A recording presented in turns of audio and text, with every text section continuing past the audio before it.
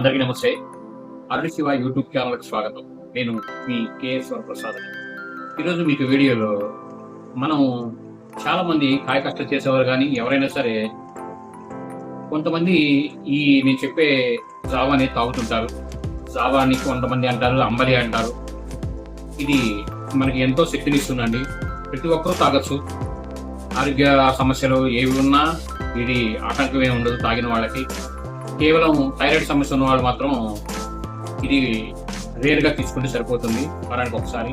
మిగిలిన వారు ఎవరైనా సరే ప్రతిరోజు తీసుకోవచ్చు. అదే ఏమిటంటే రాగి జావా. రాగి అంబలి అంటారు, రాగి జావా అంటారండి. అవి ఎలా చేయాలనేది మనం ఈ వీడియోలో చూద్దాం.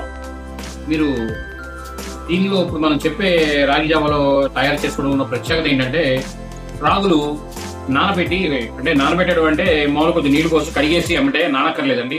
పైపైన శుభ్రంగా మట్టి అంతా శుభ్రంగా కడిగేసి వడేసేసి శుభ్రంగా ఒక పల్చడి క్లాత్ లో ఆరబెట్టేసేయండి. ఆరబెట్టిన తర్వాత పూర్తిగా 2-3 రోజులు ఎండలో పెట్టిన తర్వాత డ్రై అయిన తర్వాత రాగులు పట్టించండి. అవి ఎంతో ఉపయోగం. మార్కెట్లో రెడీమేడ్ గా దొరికే రాగుల పిండి అనేది అంత అంటే బాగు చేసి ఆరబెట్టి కడిగి బాగు చేసి అంత బిజినెస్ చేసేదాన్ని బయట జరగదండి. ఏదో పెద్ద పెద్ద కంపెనీలకు సంబంధించి తప్పించి మిగిలిన బయట అన్ని డైరెక్ట్ గానే పట్టిస్తారు, కొద్దిగా పైపైన బాగు చేసి. కాబట్టి మీరు నానబెట్టుకొని చక్కగా కడిగేసుకొని 2 సార్లు అవి వడేసి ఆరబెట్టేసేయండి. కప్ప తుడిసేసి ఒక గుడ్డ మీద ఆరబెట్టేసుకోండి. అవి మంచి ఎండలో 2-3 రోజులు ఉంటే తర్వాత పట్టించుకొని మీరు ఒక జార్లో పోసుకొని వాడుకోవచ్చు. మీరు బౌల్ తీసుకున్నారు కదా, ఆ బౌల్లో మీరు 2 చెంచాలు ఈ రాగుల పిండి పౌడర్ అనేది దానిలో వేయండి. దానికి సరిపడా నీరు, గోరువెచ్చని నీరు అయితే మీకు బాగానే ఉంటుందండి. అందుబాటులో లేకపోతే తల నీరుని కలపద్దు. చక్కగా ఒక లిక్విడ్ లాగా కలిపేసేయండి. లూజ్గా చక్కగా ఒక లిక్విడ్ తయారు చేసుకోండి. దాన్ని నీళ్లు పోసి సరిపడా ఒక లూజ్గా తయారు చేసుకోండి. మనం కలుపుకోవడానికి వీరు గడ్డలు లేకుండా సరిపడా నీళ్ళు పోసుకొని చక్కగా కలపండి. పేస్ట్ లో తయారు చేసుకోండి, దానిలో గడ్డలు లేకుండా. ఈ సిద్ధం చేసుకున్న తర్వాత మీరు మట్టి పాత్ర అనేది ఉంది కదా చిన్నది, ఈ సైజ్ అండి. సుమారు మనం 1 లీటర్ 2 లీటర్ మనం బాయిల్ అయ్యేటట్టుగా ఏదో సందర్భంలో 10 మందికి కూడా సరిపోతుంది. అది ఆన్లైన్లో 150 నుంచి 200 రూపాయల లోపు ఉందని మూత ఉన్న సహా చూడొచ్చు మీరు. అలాగే మీరు తీసుకుని పొయ్యి మీద పెట్టి మీరు ఈ ప్రాసెస్ అనేది సిమ్లో చేయాలండి. మట్టి పాత్ర పెట్టి దానిలో నీరు పోయండి.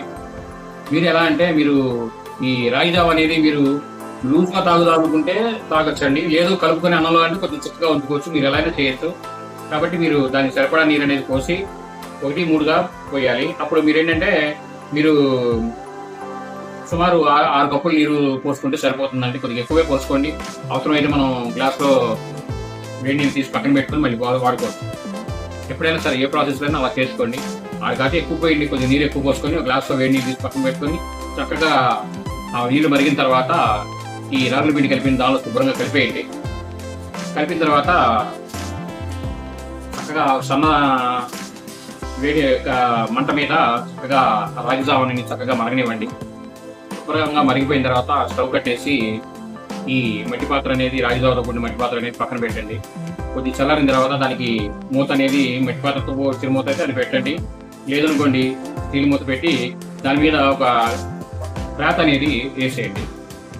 ఏదో క్లాత్ కొద్దిగా గాలి ఆడకుండా క్లాత్ అనేది వేస్తే ఆ మట్టి పాత్రలో అది ఉండడం వలన మనకి చాలా హెల్త్కి ఉపయోగపడతాయండి. మా అమ్మమ్మ గారు, మా నాయనమ్మ గారు నా చిన్నప్పుడు నేను వాళ్ళ ఇంటికి వెళ్ళినప్పుడు వారు చేసి నాకు ఇచ్చేవారు. ఇప్పుడు బిజీ లైఫ్లో మనం వ్యాపారాలు చేసి ఉద్యోగాలు చేయడం వల్ల మనం అలా తయారు చేసుకోలేకపోతున్నాము. కాబట్టి అవకాశం ఉన్నవారు ప్రతి ఒక్కరూ చక్కగా ఈ జావాలా తయారు చేసుకుని మరుసటి రోజు ఉదయం మూత పెట్టి మీరు పక్కన పెట్టిన తర్వాత మరుసటి రోజు ఉదయం మూత తీసి ఒక కప్పు పెరుగు, 2 మూతలు కదండి, అంటే సుమారు ఒక 100 ml పెరుగు బాగా చిలికేయండి. నీళ్లు పోయకుండా చిలికేయండి. నీళ్లు పోయకుండా చిలికేసి ఆ రాగి జావలో కలిపేయండి. బాగా కలిపి పొయ్యి మీద చిన్న పోపు కళాయి ఉంటుంది కదండి, చిన్న పోపు కళాయి అనేది పెట్టి చక్కగా మీరు తాలింపు గింజలన్నీ చక్కగా వేపుకొని కరివేపాకు వేసుకొని, ఇంగు కావాలి అంటే కొద్దిగా ఇంగు వేసుకోండి లైట్గా వేసి అయినట్టుగా. లేదు అవసరం లేదంటే అవసరం లేదు, కొద్దిగా పసుపు వేయండి. బాగా కలపండి. ఆ తాలింపుని రాగి జావా పెరుగు కలిపిన దానిలో వేసి బాగా కలపండి. మీరు అది కొద్దిగా నీరు కలుపుకొని డైరెక్ట్గా మనం ఒక డ్రింక్ లాగా రాగి జావ కింద తాగొచ్చు. లేదు మనం దాన్ని ఒక సూప్ లాగా మనం అన్నంలో కలుపుకొని మీరు ఉపయోగించుకోవచ్చు. ఇది ఎంతో ఆరోగ్యం అండి. ప్రతి ప్రతి ఒక్కరూ వారి జీవితంలో ఆరోగ్య సమస్యలు ఏ సమస్యలు ఉన్నా సరే 100% ఉపయోగపడుతుందండి. మా నాయనమ్మ గారు 80 సంవత్సరాల పైనే ఆమె జీవించారు.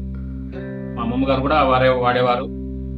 అలాగే ప్రతి ఒక్కరూ అవకాశం ఉన్నవారు ఇలా ఫాలో అయ్యి చక్కగా ప్రాచీన పద్ధతిలో చేయండి, ముందుకు వెళ్ళండి. ఈ వీడియో సబ్స్క్రైబ్ చేయండి, లైక్ చేయండి, షేర్ చేయండి. Thank you.